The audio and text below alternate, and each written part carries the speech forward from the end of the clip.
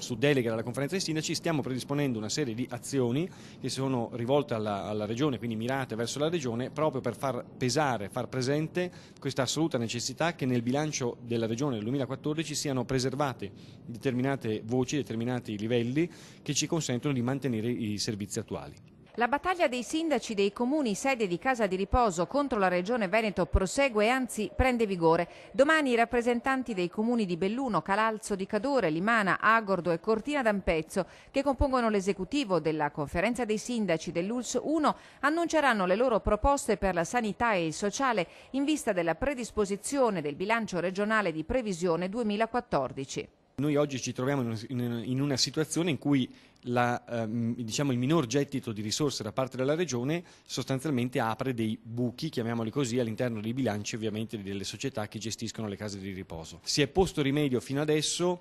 facendo un aumento delle tariffe di tutte le case di riposo purtroppo della nostra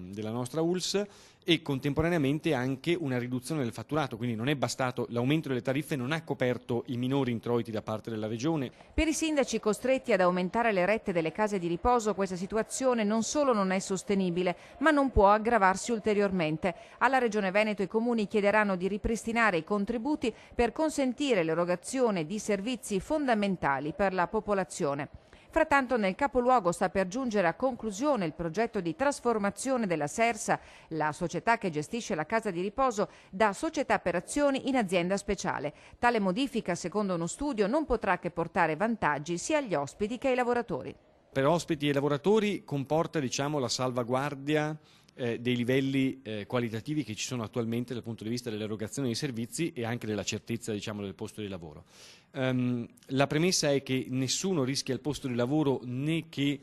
si tratti di una società per azioni né che si tratti di un'azienda speciale, quindi non c'è nessun tipo di modifica dal punto di vista del rapporto di lavoro per i dipendenti. La trasformazione di Sersa in azienda speciale consentirebbe di raggiungere un doppio obiettivo: da un lato l'eliminazione di Sersa dall'elenco delle società che rischiano la dismissione, dall'altro l'opportunità di riuscire a sostituire il personale e quindi mantenere elevata la qualità dei servizi offerti alla collettività.